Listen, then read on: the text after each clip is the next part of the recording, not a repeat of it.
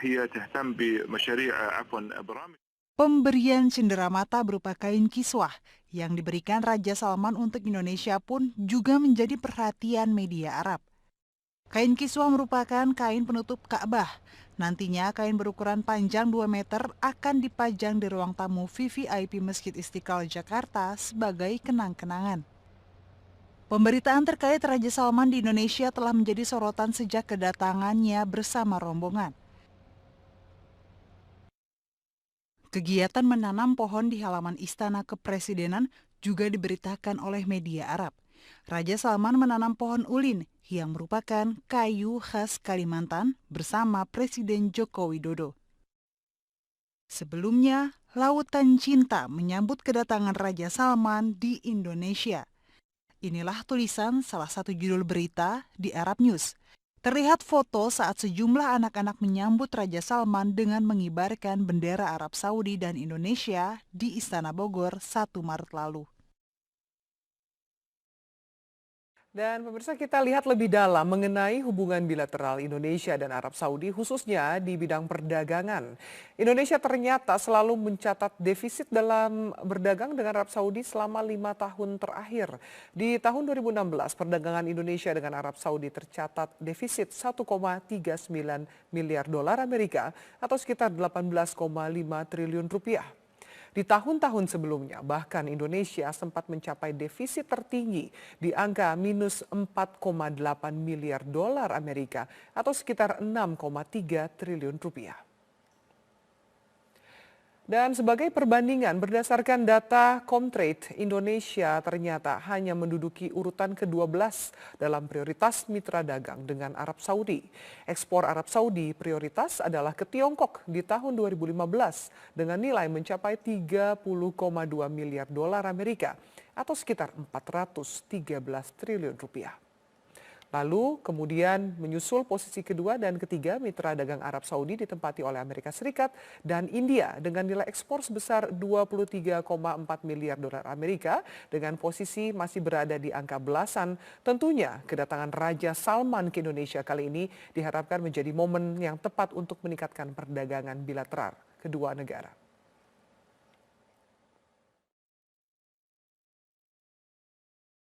Pemirsa, pertemuan khusus dengan tokoh agama Islam disusul dengan pertemuan dengan puluhan tokoh lintas agama menjadi sorotan dalam kunjungan Raja Salman kali ini. Apa saja isu-isu yang dibahas dan apa pesan yang ingin disampaikan dari pertemuan ini? Sudah ada rekan Rifai Pamone yang akan bergabung bersama Metro hari ini. Silakan Pak Mone, bagaimana Anda menjelaskan makna dari pertemuan Raja Salman dengan para tokoh agama ini? Ya, Aviani, pertemuan yang Anda sebutkan ini berlangsung dalam 2 hari berturut-turut, Kamis dan juga Jumat, yaitu tanggal 2 dan tanggal 3 Maret 2017. Kita akan langsung melihat pertemuan Raja Salman dan juga tokoh agama ini dalam agenda yang kita pisahkan masing-masing mulai tanggal 2 Maret 2017.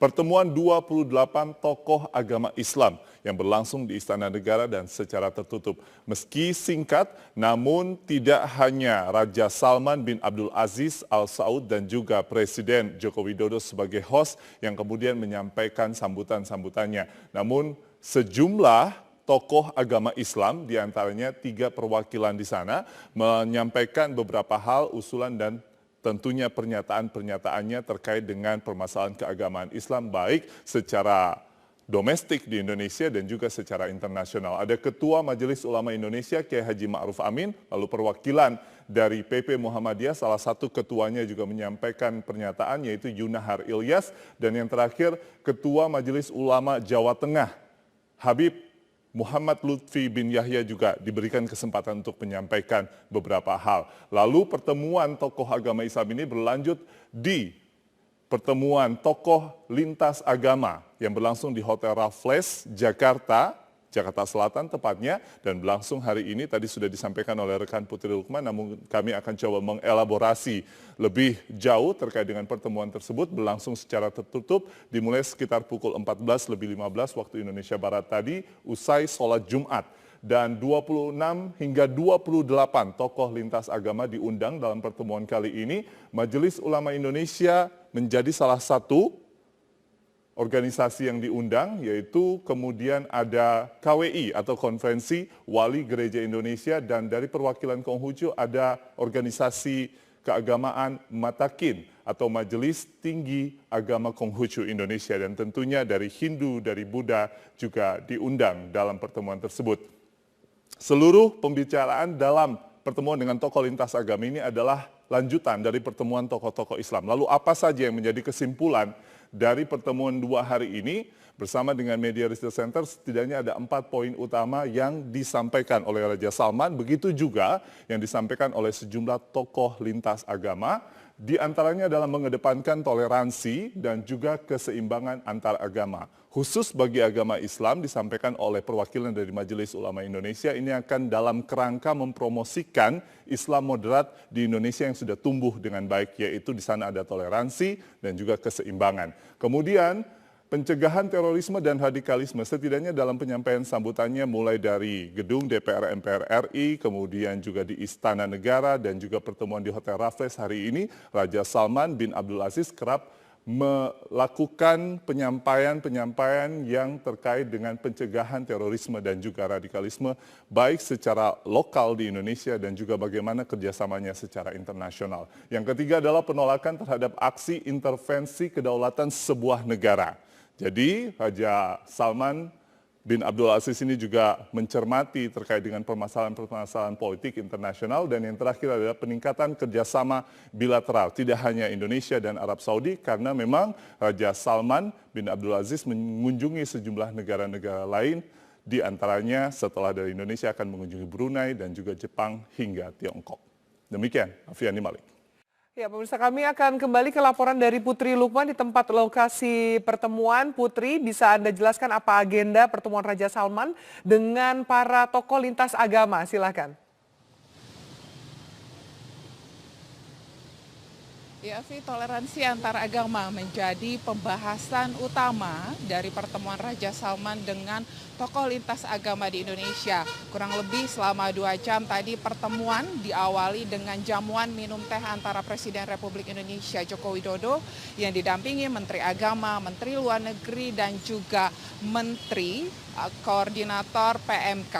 Kemudian usai jamuan minum teh, Raja Salman langsung menerima kedatangan dari 28 tokoh lintas agama.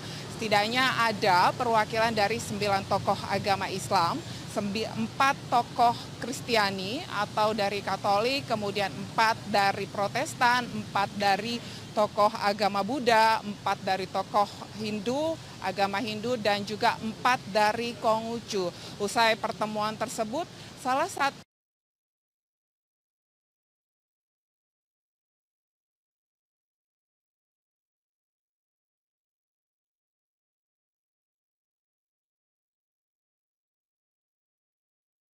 mendalam dan juga kesan historis bagi para pemuka agama di Indonesia, yang mengatakan harapannya ada pertemuan rutin antara Indonesia dan juga Arab Saudi. Kemudian Raja Salman pun memberikan tanggapan atas pernyataan yang diberikan dari perwakilan di Indonesia ini, dan mengatakan bahwa Indonesia menjadi negara yang membuktikan bahwa menjaga persatuan dan kesatuan serta menuju bagaimana toleransi antar umat agama di Indonesia ini bisa menjadi kekuatan. Ya, Putri Lukman, terima kasih atas laporan Anda. Pemirsa, komitmen investasi Arab Saudi tanah air dalam 2 hari kunjungan mencapai 9,4 miliar dolar Amerika atau setara dengan 125 triliun rupiah. Ini terdiri dari kerjasama antar pemerintah senilai 7 miliar dolar Amerika serta kerjasama sektor swasta senilai 2,4 miliar dolar Amerika. Lawatan Raja Arab Salman bin Abdul Aziz Al Saud ke Indonesia menghasilkan sejumlah kesepakatan investasi Arab Saudi di tanah air, baik bagi kalangan swasta hingga pemerintah. Melalui Forum Bisnis Kamar Dagang Indonesia dan The Council of Saudi Arabia Chambers of Commerce and Industry atau Kamar Dagang Arab Saudi menaikkan 4 kesepakatan bisnis to bisnis bernilai 2,4 miliar dolar Amerika untuk mendorong kerjasama kedua negara. Penandatanganan ini disaksikan langsung oleh Menteri Perdagangan Indonesia Egartia Sulukita, Menteri Perdagangan dan Investasi Arab Saudi Majid Al-Qasabi, serta Kepala Badan Koordinasi dan Penanaman Modal Indonesia Thomas Lembong. Perumahan beserta infrastrukturnya itu yang paling besar di Arab Saudi. Di Arab Saudi nilainya itu saja $2 miliar karena ada 8.000 perumahan yang akan dibangun. Realisasinya kapan Pak kira-kira untuk pembangunan itu? Ya, ini MOU direncanakan sih akan dimulainya pada tahun depan lah gitu ya. Oleh Bapak Presiden bersama dengan Sri Baginda Raja untuk kita sepakat membuat joint study sebagai tahap awal untuk kita meningkatkan dalam bentuk PTA atau FTA. Kerjasama B2B ini mencakup pembangunan 8.000 rumah beserta infrastruktur di Arab Saudi antara Wijaya Karya dan perusahaan lokal Arab Saudi Adil Maki Contracting Company, serta kerjasama biomasa dan pembangkit listrik terbarukan hingga $200 juta Amerika. Angka investasi pelaku usaha ini menambah daftar kesepakatan yang diteken antar pemerintah sehari sebelumnya senilai $7 miliar Amerika. Refinery di Cilacap itu mungkin 5,5-6 miliar kira-kira. Balongan sedang dibicarakan. Dengan demikian komitmen investasi Arab Saudi di tanah air dalam 2 hari kunjungan mencapai $9,4 miliar Amerika. Sebelumnya, realisasi investasi Arab Saudi di Indonesia dalam 4 tahun terakhir hanya mencapai $34,6 juta Amerika. Lokasi investasi sepanjang 2016 hingga 2016 umumnya tersebar di Pulau Jawa. Sektor di tanah air yang paling banyak menyerap investasi Arab Saudi, antara lain industri kimia dasar, barang kimia dan farmasi, serta hotel dan restoran. Dari Jakarta, Elita Mega, Metro TV.